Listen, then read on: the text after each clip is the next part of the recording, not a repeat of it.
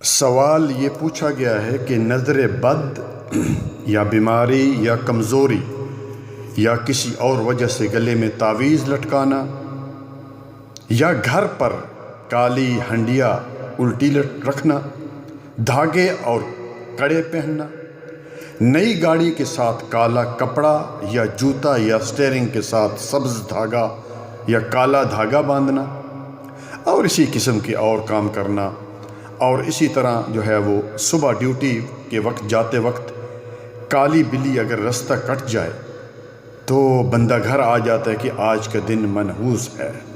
بعض ہمارے بھائی انگوٹھی پہنتے ہیں جن میں موتی، عقیق، فیروزہ اور زمرد وغیرہ ہوتے ہیں، اور وہ یہ عقیدہ رکھتے ہیں کہ یہ پتھر انسان کے لیے روحانی یا مادی فائدہ یا نقصان پہنچانے کی قدرت رکھتا ہے، یا مختلف تکلیفوں اور بیماریوں اور پریشانیوں سے یہ چیزیں جو ہیں بچاتے ہیں۔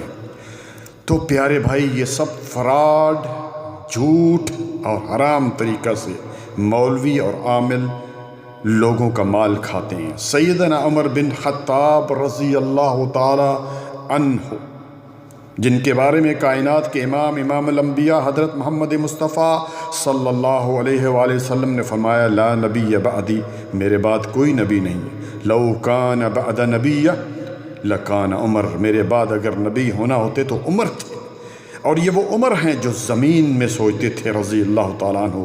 اللہ سبحانہ وتعالیٰ اسے قرآن بنا دیتا تھا۔ کیا فرمایا حجر اسود کو مخاطب کرتے ہوئے کہ انک حجر، تو ایک پتھر ہے، حالانکہ آپ جانتے ہیں کہ حجر اسود جنت سے آیا ہوا پتھر ہے، تو نہ کسی کو فائدہ پہنچا سکتا ہے اور نہ کسی کو نقصان پہنچا سکتا ہے۔ اگر میں نے نبی صلی اللہ علیہ وآلہ وسلم کو تجھے بوسہ دیتے ہوئے نہ دیکھتا تو تجھے کبھی بوسہ نہ دیتا۔ بخاری حدیث نمبر 1270۔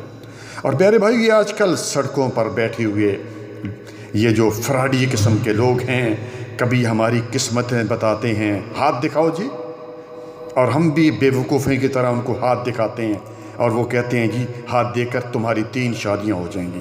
دوسرے کو بتایا جلدی تمہارا دبئی سے ویزا آ جائے گا، اور بندہ بڑا خوش ہو جاتا ہے۔ ان کے پاس ایک وقت کے کھانے کے پیسے نہیں ہوتے، اور یہ دوسروں کی قسمتیں بتاتے ہیں پیارے بھائیوں۔ اور اسی طرح جو آپ نے دیکھا ہوگا فٹ پاتھوں پر طوطے لے کر لوگ بیٹھے ہوتے ہیں کہ جی اب یہ جو ہیں وہ طوطا جو ہے ایک جانور جو ہے اس اشرف المخلوقات کی جو ہے وہ قسمت بتائے گا۔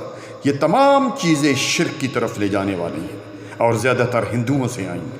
اس لیے پیارے بھائیوں، یاد رکھیے، یقین، توکل، بھروسہ اس عرش والے رب العالمین پر کریں جو آپ کے روزی روٹی کا مالک ہے۔ شفا وہی دیتا ہے۔ کیا فرمایا اللہ تعالیٰ نے، وَإِذَا مَرِضْتُ فَهُوَ يَشْفِينِ، جب تم بندہ بیمار ہوتا ہے، جب تم بیمار ہوتے ہو تو شفا کون دیتا ہے؟ اللہ سبحانہ و تعالیٰ۔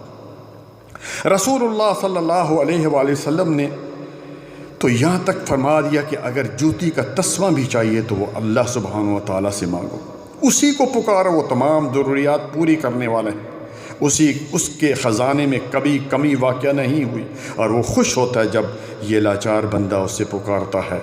اس کے ہاں دیر ہے پیارے بھائیوں، اندھیر نہیں۔ اپنے عقیدے کو درست کریں۔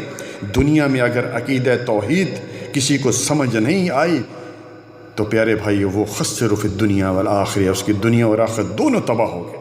یاد رکھیں، دنیا میں عقیدہ توحید سب سے عظیم نعمت ہے، وہ جسے مل جائے اسے کسی چیز کی ضرورت نہیں۔ ہماری آج عقیدے اتنے کمزور ہو گئے کہ گاڑی لیں، اس کے سٹیئرنگ پر سبز دھاگا، کالا دھاگا باندھیں، یعنی اب جو ہے وہ یہ دھاگے جو ہیں وہ اس گاڑی کو ایکسیڈنٹ سے بچائیں گے۔ انا للہ و انا الیہ راجعون۔ میرے اسلامی بھائیوں، ان پیٹو مولویوں اور عاملوں سے اپنے آپ کو بچاؤ جو تمہارے دین کے بھی دشمن ہیں اور مال کے بھی دشمن ہیں، اور یہ نجومی اور کائن جنہوں نے اپنی دکانیں چمکا رکھی ہیں۔